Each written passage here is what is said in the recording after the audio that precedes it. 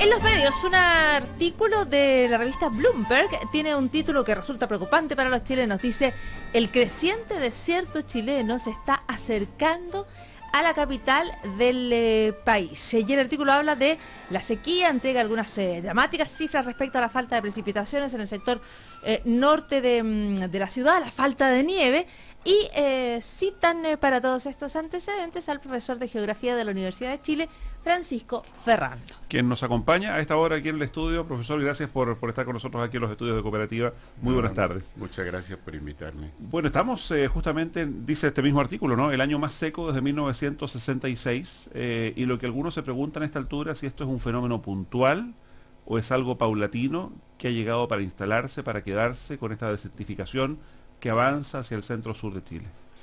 Mira, si uno parte de un espectro de tiempo un poco más amplio, ¿no es cierto? Uno tendría que decir que en la historia del país, evidentemente, han ocurrido periodos de sequía de varios años.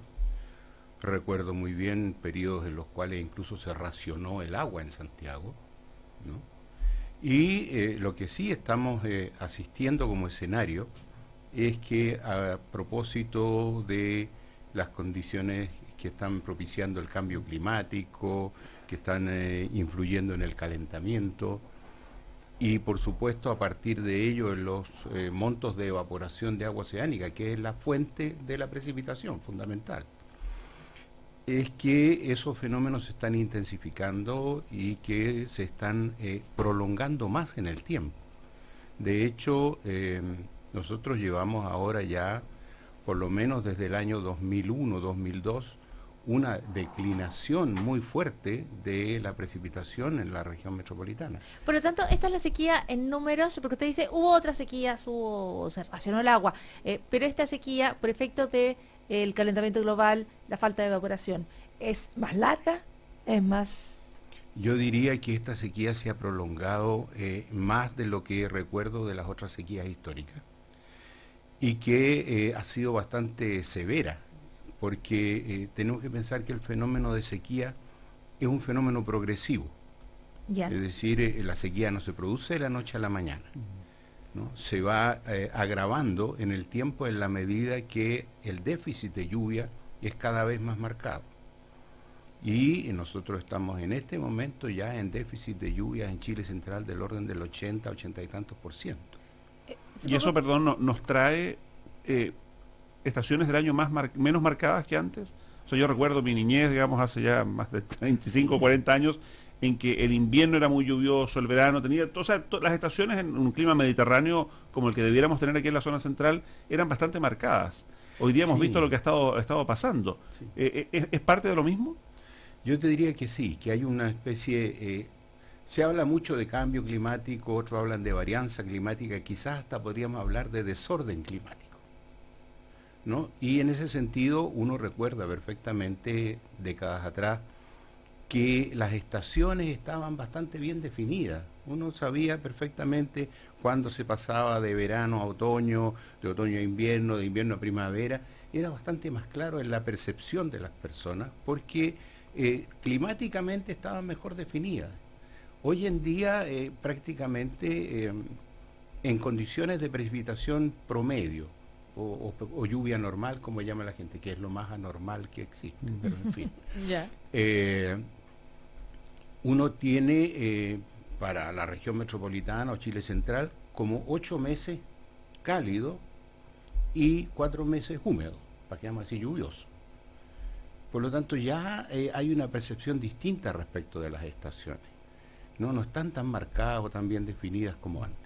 O sea, eso no es una percepción, efectivamente está ocurriendo. Sí, está ocurriendo. Ahora, cuando hablamos de las fuentes de agua para la región metropolitana, hablamos también de los glaciares, que es una materia en la cual usted también tiene una especialidad. Y tenemos un intenso debate respecto a la protección de los glaciares. Antes de entrar en esa discusión, en la que supongo que usted tiene una opinión, me gustaría saber qué tanto dependemos de los glaciares, que son estas para muchos son las manchas blancas de la cordillera que nunca se pierden, o que hasta ahora nunca se perdían. No sé cuál es su diagnóstico. Mira, lo primero que hay que pensar o tener en mente, ¿no?, es que los glaciares son un recurso natural no renovable de acuerdo a las condiciones climáticas imperante. O sea, se acaba un glaciar y no Y vuelve. se acaban y no vuelven. Ya. Pero estos glaciares, ¿de dónde vienen?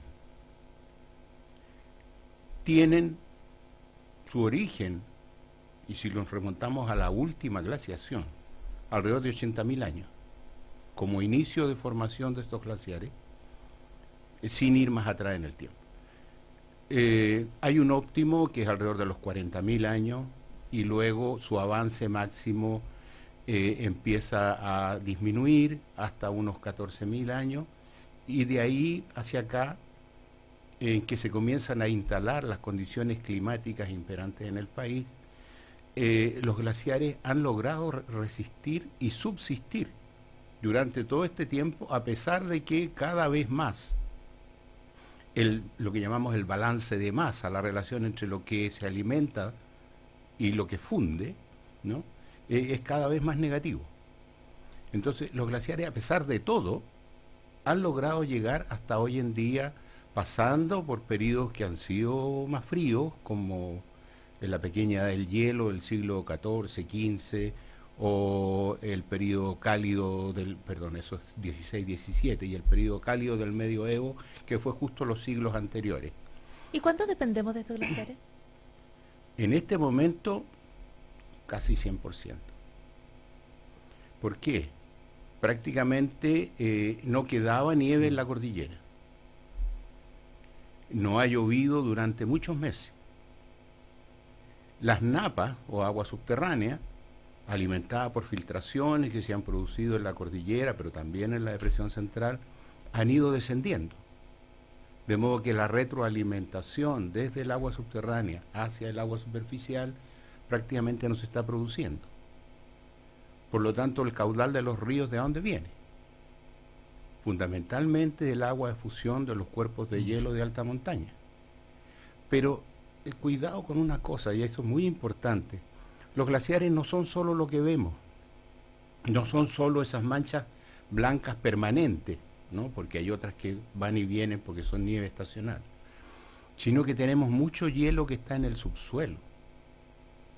Y hemos estado introduciendo y desarrollando el tema de los glaciares rocosos en Chile, que era un tema del que se sabía muy poco hace, pongamos, una década atrás, ¿no? Solo hay algunas menciones antiguas en tesis de extranjeros o en estudios extranjeros, pero hay cualquier cantidad, una enorme cantidad, y más incluso que los glaciares blancos o limpios, que son los que vemos, en cuanto a hielo enterrado, a hielo en el subsuelo. Y ese hielo del subsuelo, los glaciares rocosos, y más aún, sectores donde hay hielo metido dentro de las grietas de las rocas, lo que llamamos permafrost, o en las cubiertas de materiales sedimentarios. Es un enorme volumen de agua que tenemos ahí como reserva, que se está derritiendo, evidentemente, pero a una velocidad menor que los glaciares blancos. Correcto. Profesor, en la medida que los glaciares están derritiendo o se están determinando, en la medida que estos fenómenos ya dejan de ser algo puntual, sino algo permanente, usted, además de ser geógrafo, es doctor en geografía y ordenación de territorio. Desde el punto de vista del orden del territorio, ¿va a llegar algún momento más temprano o más tarde en que va la autoridad o alguien tener que decirle a la gente, no sé, de Salamanca, de Ipel, que llevan años de sequía, que siguen esperando algún tipo de subsidio de agua, que tal vez va a llegar el momento de moverse de ahí hacia sectores donde cuenten con más agua, donde cuenten con otros recursos? Mira, en todo esto uno diría siempre hay alternativas. Uno evidentemente que no puede ir contra natura, ¿no es cierto? Pero si se está pensando hoy en día, por ejemplo, en que se puede desalinizar agua de mar y que esa agua de mar se puede llevar hacia ciudades costeras o semicosteras, ¿no es cierto? Pero a un costo altísimo, que hoy día solo están en condiciones de financiar las mineras, por ejemplo. Claro. Pero podría ser a lo mejor esa la fuente de financiamiento como una compensación ambiental de las mineras por lo que destruyen en la montaña. Claro. Podría ser una alternativa. Y eso significaría liberar caudales que se toman para abastecer estas ciudades costeras y que pudieran abastecer ciudades intermedias. Eso en algunas partes es factible. Hay otros sectores donde evidentemente el problema es más serio, como Salamanca, tú mencionabas, por ejemplo, porque las cuencas que alimentan o de donde se abastecen son cuencas pequeñas o están en una condición climática de sequía extrema durante muchos años, más allá de la sequía actual, digamos.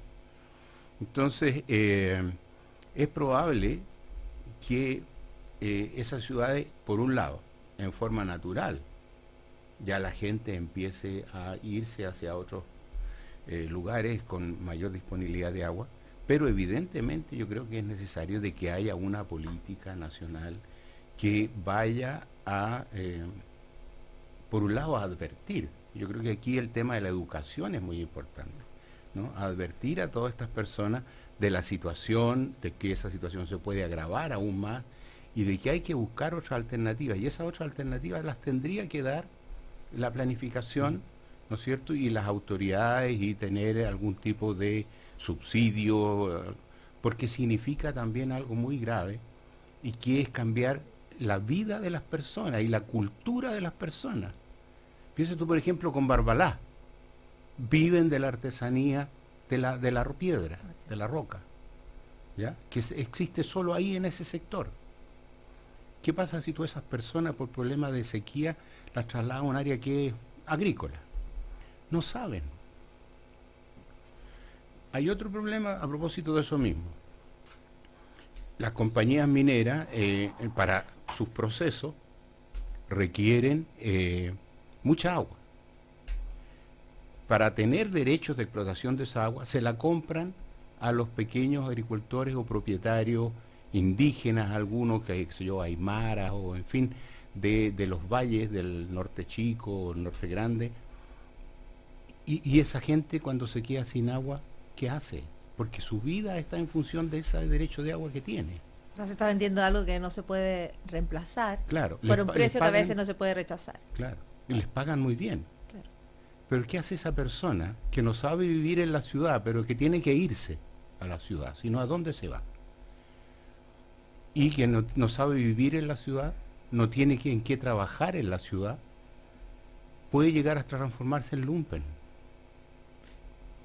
Entonces el impacto social, cultural, es muy serio. O sea, no podemos pensar que cambia el paisaje y no vamos a cambiar o no nos vamos a ver también afectados nosotros. Profesor Francisco Ferrando, le agradezco muchísimo, le agradecemos la entrevista aquí en Radio Cooperativa, referente a un tema que por supuesto va para un larguísimo debate. Muchas gracias. Muy amable. No es porque, gracias. Buenas tardes. Hasta luego.